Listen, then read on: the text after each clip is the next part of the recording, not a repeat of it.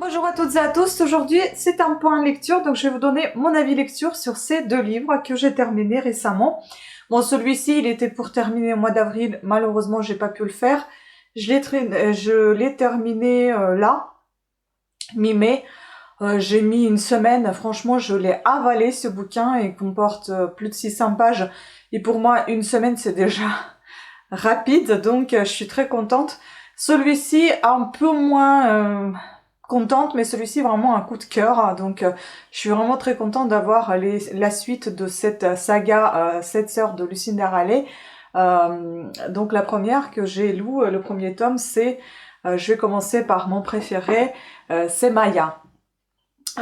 Donc c'est aux éditions Charleston. Charleston, je pense que je prononce bien, Charleston, non Charleston, repris par le livre de poche.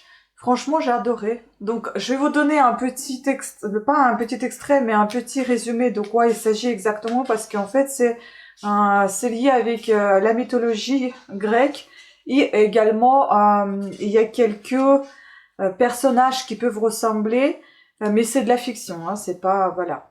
Donc ici, note de l'auteur. Les 7 sœurs s'inspirent de la mythologie grecque et des 7 sœurs des Pléiades, constellation légendaire située à proximité de la célèbre ceinture d'Orion. Depuis les Mayas jusqu'aux Grecs, en passant par les aborigènes, les étoiles des 7 sœurs apparaissent dans divers textes et inscriptions. Les marins se guident à leur lumière depuis des milliers d'années. Une marque de voiture japonaise Subaru emporte le nom. Je ne savais pas. Certains noms propres du roman sont des anagrammes de personnages qui peuplent les légendes, assortis de citations allégoriques, mais il n'est pas nécessaire de les connaître pour apprécier la lecture. En effet, je ne connais pas tout, même beaucoup de ce que j'ai lu, je ne connais pas. Cependant, si vous souhaitez en apprendre davantage sur Passelt, c'est le père des 7 sœurs, Maya et ses sœurs, rendez-vous sur mon site web www.lucindariley.com où ces mythes et légendes sont révélés. Je vais peut-être faire un petit tour sur son site. Ce que j'ai beaucoup apprécié dans cette lecture aussi, c'est quand on débute la lecture, déjà le livre est dédié à sa plus petite fille, donc Isabella Rose. On a une petite note ici d'Oscar Wilde que j'adore, enfin un petit... nous sommes tous dans le caniveau, mais certains d'entre nous regardent les étoiles.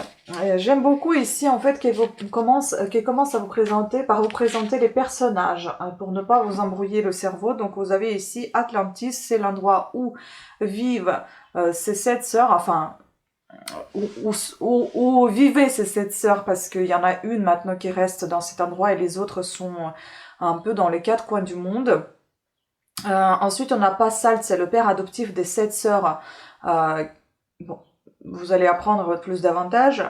Après, vous avez Marina, on l'appelle Ma, c'est une gouvernante des sœurs. Claudia de Mystique Atlantis. George Hoffman, avocat de Passelt. Et Christian, c'est un skipper qui les transmet en bateau, qui les transporte en bateau vers les villes les plus proches. Donc, les sœurs d'Apléiès. Donc de cette Pléiade, c'est Maya la plus grande. Ensuite, vous avez Ali ou Alcyone. À plus court, c'est Ali et puis ensuite c'est Alcyone. Star, donc Astérope, Célaino, Tigi, Taïget et Tigi ou Tigi, Taïget, Electra et Mérope absente. Donc voilà. Franchement, quoi vous dire, je suis pas quelqu'un qui aime les romans à l'eau de rose. Ça l'est un petit peu, mais c'est tellement bien écrit que vous êtes complètement dedans dans cette histoire, ce roman qui en fait, il y a rien qui me perturbait dans cette lecture. Il y avait des moments où il y avait un peu de choses pas très agréables qui se passaient, mais ça a été survolé, ça n'a pas été tardé, on s'attardait pas plus là-dessus. Il y a beaucoup d'histoires, beaucoup d'enquêtes, beaucoup de secrets de famille, tout ce que j'aime. On commence donc par la plus grande des sœurs, donc Maya, et à chaque fois, chaque tome va parler d'une sœur séparément. Chacune a son secret qui va chercher en fait. Je pense que là, je vous dirai rien de nouveau. C'est marqué en résumé qui va chercher ses origines biologiques puisque ces 7 sœurs sont adoptées par Salt, qui n'est pas leur père biologique. Comme d'habitude, je marque dans mon autre carnet, parce que le précédent est terminé, donc c'est un nouveau. Et ici, j'avais marqué, donc oui, les prénoms des filles sont des noms de Pléiades, des 7 sœurs, la constellation préférée de leur père. Maya est une traductrice de plusieurs langues, dont le portugais et le français. Elle vit en Suisse, où elle vivait avec ses sœurs, et bon, je suis obligée de le dire, le père décède et il leur lègue donc l'héritage de la maison, ainsi que il laisse à son avocat, à son notaire, de distribuer les lettres qu'il aura rédigées à chacune de ses filles, et que l'avocat est chargé de les donner aux filles à son décès. Et donc là, chacune va découvrir dans sa lettre une petite histoire la concernant, qu'il n'avait pas osé ou qu'il n'avait pas eu le temps de dire de son vivant. Donc elles vont découvrir un petit peu sur elle, et puis elles vont décider d'en apprendre plus ou pas. Ça sera leur propre décision, dont Maya avait envie d'apprendre un petit peu plus sur ses parents biologiques, d'autant plus que les conséquences, en fait, ça s'est passé un petit peu brutalement pour elle, tout simplement parce que il y avait un de ses anciens ex-petits amis qui l'avait contacté, que son père était décédé au même moment que le père de... il s'est suicidé plutôt que le père de Maya et les autres sœurs, et il voulait qu'ils pleurent, entre guillemets, dans les bras l'un de l'autre, pour se réconforter de leur perte grave, importante. Mais elle voulait fuir à cette rencontre, et dès qu'elle a su qu'il allait venir en Suisse la voir, donc elle voulait à tout prix quitter la Suisse, et elle savait pas où aller. Est-ce qu'elle allait voir l'une de ses sœurs qui sera dans un pays étranger, ou bien est-ce qu'elle fera pas son enquête de sa provenance, en fait, est-ce qu'elle cherchera pas ses parents biologiques. Et donc elle décide d'aller au Brésil chercher ses parents biologiques, enfin ses origines tout simplement. Et elle va découvrir pas mal de choses. Elle sera aidée par par un des auteurs pour qui elle avait traduit les livres. Et il y aura pas mal de rebondissements, il y aura beaucoup de choses historiques, et le livre il se divise à chaque fois en parties, en deux temporalités, si vous voulez, aujourd'hui et dans le passé, où le passé va être mêlé vraiment avec son arrière-grand-mère, qui sera le personnage principal dans cette histoire assez agréable à lire, à plonger dedans. Franchement, c'est assez passionnant, cette lecture. J'ai beaucoup aimé, j'ai trouvé ça très très bien écrit. Il y avait aussi quelques phrases qui m'ont aussi plu, comme toujours, donc j'avais marqué sur la page 95, « Ne laisse jamais la peur décider de ton destin ». C'est une petite phrase que son père avait, comment vous dire, cachée dans pas dans les constellations, mais il y a un objet, je sais plus comment ça s'appelle, un truc d'astronome qui était dans leur jardin, en fait, il fallait déchiffrer cette phrase qui était dans la cercle armillaire, enfin je sais plus, il y avait un truc comme ça, j'ai pas envie de dire des bêtises. Et donc elle a déchiffré cette phrase-là, et chacune de ses sœurs avait une phrase qui était attribuée à chacune de leurs prénoms, en fait. Et puis à la page 307, j'ai bien aimé, donc le problème avec les gens créatifs, ce qui est vrai, c'est qu'ils sont simplement amoureux de l'idée d'être amoureux, mais ces passions-là ne conduisent jamais nulle part, même si elles atteignent des hauteurs vertigineuses. Voilà. Donc ici, nous avons à voir beaucoup de passion, d'amour, du dégoût, de la noblesse, de l'argent, du pouvoir, les drames familiales, avec une petite touche d'humour qui faisait vraiment rire. Franchement, c'est un petit coup de cœur. J'ai adoré ce livre. Je l'ai trouvé vraiment très très bien écrit, et j'ai hâte de découvrir les autres livres concernant les autres sœurs. Ensuite, ce livre-là de Anne Gaëlle Huon, « Le bonheur n'a pas de rides ».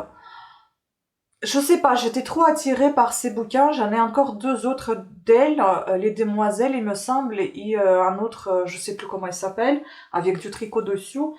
Je sais pas, je suis pas très fan. Pourtant, le livre, il est pas très gros, mais j'ai mis autant d'autant que pour les sept sœurs. J'avais vraiment du mal à le terminer. Il a à peu près 400 pages.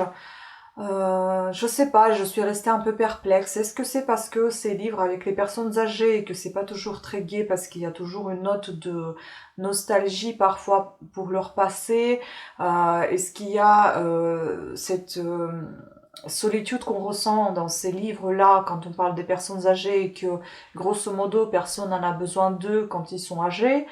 On sera tous dans le même cas malheureusement. Est-ce que c'est ça qui me, en fait, qui m'arrête dans ce style de livre? J'en sais rien. Mais en tout cas, il y a une petite partie, une touche d'humour. Bon, pour moi, ça faisait pas toujours rire, mais c'était assez, bon, c'était assez ludique comme lecture, mais c'est pas mon coup de cœur. C'est vraiment pas ce que j'attendais. En même temps, c'était assez sympathique, mais bon, c'est, voilà. Et puis, c'est un peu sucré pour moi. C'est un peu trop feel good. Moi, je pense que j'ai besoin d'un peu plus d'action. Donc ici, il y en avait, mais pas tant que ça. Par exemple, si on prend les Cozy Mystery de Julia Chapman, vous avez aussi un village avec plein de personnes âgées ou Agatha Raisin de MC Beaton. Et franchement, ça passe facilement, il n'y a pas de souci parce qu'il y a du suspense, il y a de l'action. Euh, Celui-ci, j'ai moins aimé, enfin, je sais pas, il y a quelque chose qui m'a pas trop... Donc déjà, ici, il y avait une phrase à la page 11. Devant elle, une vieille polo semblait profiter du paysage. Bon, ça a été assez rigolo. Puis, donc nous avons ici une Paulette, donc vieille dame de 85 ans, qui va en fait atterrir dans une maison de repos, maison de retraite, pas celle qu'elle voulait. En fait, son fils gagne assez bien sa vie, qui est marié à une femme et qui ont un enfant. Il me semble qu'il n'y a qu'un enfant. Il est avocat. Et donc, elle n'aime pas trop sa belle-fille, et c'est surtout sa belle-fille qui va décider dans quelle maison de repos Paulette va partir. Tout simplement, en fait, il l'envoie dans la maison de repos parce que eux, ils font un voyage en Afrique, il me semble, et elle perd sa tête selon eux. Mais elle, en fait, elle perd pas du tout sa tête, elle fait tout exprès pour montrer qu'elle a perdu sa tête. Genre, elle va dans le jardin en plein été en manteau de fourrure, elle va faire un peu des bêtises comme ça qui vont faire penser qu'elle a vraiment perdu sa tête et que ça va pas du tout et qu'il faut quelqu'un qui s'en occupe d'elle tant qu'ils sont quelqu'un qui s'en occupe tant qu'ils seront pas là pendant leur absence, ou je ne sais pas s'ils comptaient la laisser pour toujours dans la maison de repos. Donc du coup en fait elle l'envoie dans une maison de repos, dans une auberge qui se trouve je sais pas, dans un endroit assez calme, paisible certes, mais pas luxueux, comme elle le désirait. En fait, elle faisait tout pour qu'elle soit envoyée euh, sur la côte d'Azur. Je sais plus si c'était sur la côte d'Azur. En fait, quelque part au bord de mer, où il y aura une belle vue, une villa. Enfin, elle pensait être dans cet endroit-là, et au final, elle atterrit dans une auberge où c'est un peu pauvrichon, où elle n'aime pas trop y être parce que tout simplement madame elle pensait être dans un endroit un peu luxueux, et approchant ses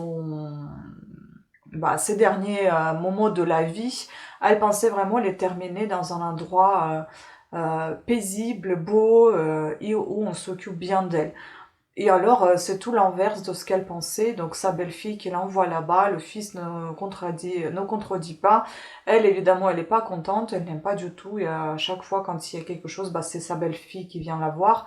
Ils n'ont pas son fils, donc elle, en douce, elle essaie quand même de réserver une place dans une villa où elle voulait au bord de mer, où elle voulait passer les restants de sa vie, et elle a besoin d'argent puisqu'en fait elle a fait envoyer les chèques à l'adresse de son fils qui ne répond plus. Ils sont toujours en Afrique, elle commence à s'inquiéter, elle a dit bon ben moi j'ai besoin de payer les factures, elle essaie de magouiller quelque chose dans cette maison de repos. Donc où elle rencontre justement, comment il s'appelle déjà, où elle rencontre Georges. Georges, c'est un gentilhomme qui s'occupe des courses de chevaux, en fait, qui aime bien tout ça, qui est très enfin, qui connaît bien comment ça fonctionne, qui fait des bonnes mises, etc., qui donne des conseils, mais ce sont des conseils gratuits. Et puis Paulette, elle commence à lui dire, mais ça va pas, il faut que tu donnes des conseils payants, puisque ça fonctionne ce que tu racontes. Et donc elle commence à gérer un petit peu cette affaire, donc elle gère le côté financier, et Georges, donc, il donne des conseils, etc. Après, il y aura des liaisons qui commencent à se créer entre Georges et elle, entre d'autres, comment dire, d'autres pensionnaires de cette auberge, ainsi que la cuisinière, la serveuse, le gérant, et enfin, ils vont créer vraiment des liens d'amitié. C'est assez gentil, hein, c'est très sur la détente, c'est vers la fin que ça va être un petit peu tristouné, mais sinon c'est un gentil livre, c'est tout. Non mais c'est bien, je dis pas qu'il faut pas des gentils livres, mais moi j'ai besoin d'un peu plus de rebondissement parce qu'à chaque fois je suis dans une attente d'avoir quelque chose et je l'ai pas. Donc c'est peut-être juste moi en fait, le livre il est bien en soi mais pas vraiment pour moi. Et donc à chaque fois vous allez voir par exemple Juliette qui a 25 ans, qui est employée dans l'auberge, donc qui est serveuse, qui va avoir aussi sa vie personnelle, qu'elle va partager avec les autres. Enfin, il y aura des vies de chacun de ces pensionnaires, et puis il y aura des petites rumeurs, etc. Enfin, des choses comme ça. Puis elle va découvrir les lettres de Monsieur Georges, elle va mener sa petite enquête d'où viennent ces lettres, etc. Enfin, ça va être assez intéressant vers la fin. La fin va être assez inattendue, mais un peu triste quand même. Et à la page 210, on a aussi une phrase que j'ai bien aimée et que ça m'a fait rire. Donc, Paulette se demanda à quoi elle pouvait bien ressembler avec ce feutre multicolore en poil de queue de vache autour du cou. Bon, c'était un collier qu'on lui a offert, je suppose, je sais plus. Puis j'avais marqué encore à la page 269, la nuit hachée par les insomnies et les mauvais rêves. En fait, il y a aussi pas mal de phrases assez poétiques, c'est assez joli comme phrase. À la page 293, donc Philippe éclata de rire, chassant par là même les larmes qui flirtaient avec Cécile. C'est beau quand même, les larmes qui flirtent avec Cécile. Et à la page 295, enfin la dernière des phrases que j'ai notées, ce sont certains bonheurs venaient dans un drôle de papier cadeau. C'est beau aussi, hein, c'est vraiment très joliment écrit. Donc ce que j'ai aimé, c'est la correspondance que Paulette va découvrir chez Monsieur Georges à son insu. Donc malheureusement à sens unique, donc les lettres qu'il va écrire à quelqu'un, donc je ne vais pas vous tout dévoiler. Donc livre assez poétique et romantique avec une touche d'humour, beaucoup de bienveillance et de tendresse, un peu de suspense découvert tout à la fin du livre, ce qui est très surprenant parce que souvent on découvre le suspense vers la fin, mais il y a encore quelques pages ou quelques petits chapitres qui vont vous réexpliquer ceci, cela. Là, c'est vraiment tout à la fin. Donc bon roman dans l'ensemble, un peu triste à mon goût, car on y voit bien la solitude des personnes âgées, ce que je vous ai dit au début, même si elles s'amusent bien quand même dans ce roman. Donc en partie inspiré d'histoires vraies de sa famille. Voilà, donc c'est assez...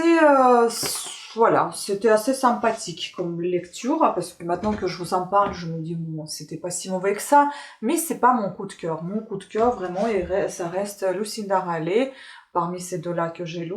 Et puis, ben, écoutez, je vais continuer. Là, je pense pas que je vais me lancer dans le deuxième tome, il faut que je digère un petit peu l'histoire. Et non plus dans Gaël Huyon, je vais aussi digérer un petit peu l'histoire. Je vais me lancer dans complètement autre chose. J'ai aussi Laurent Gounel. J'ai aussi Camilla Greb, je sais plus comment on prononce. Il y en a d'autres aussi, j'ai aussi le Manoir des Insoumises, je crois, je sais plus comment elle s'appelle, d'une autrice qui m'avait signé justement, qui m'avait dédicacé son livre et que j'ai croisé comme ça, elle était au champ, pas très loin de chez nous, donc je connais pas du tout cette autrice, mais c'était très agréable et que elle me dédicace son livre, j'ai pris son livre et puis bah je vous en parlerai très prochainement.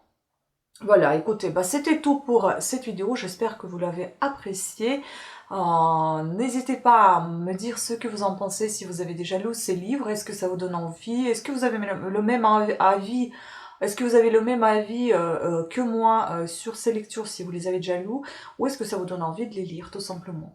Voilà, et quel style de lecture par exemple vous préférez? Cozy mystery, thriller, feel good, psychologie, etc.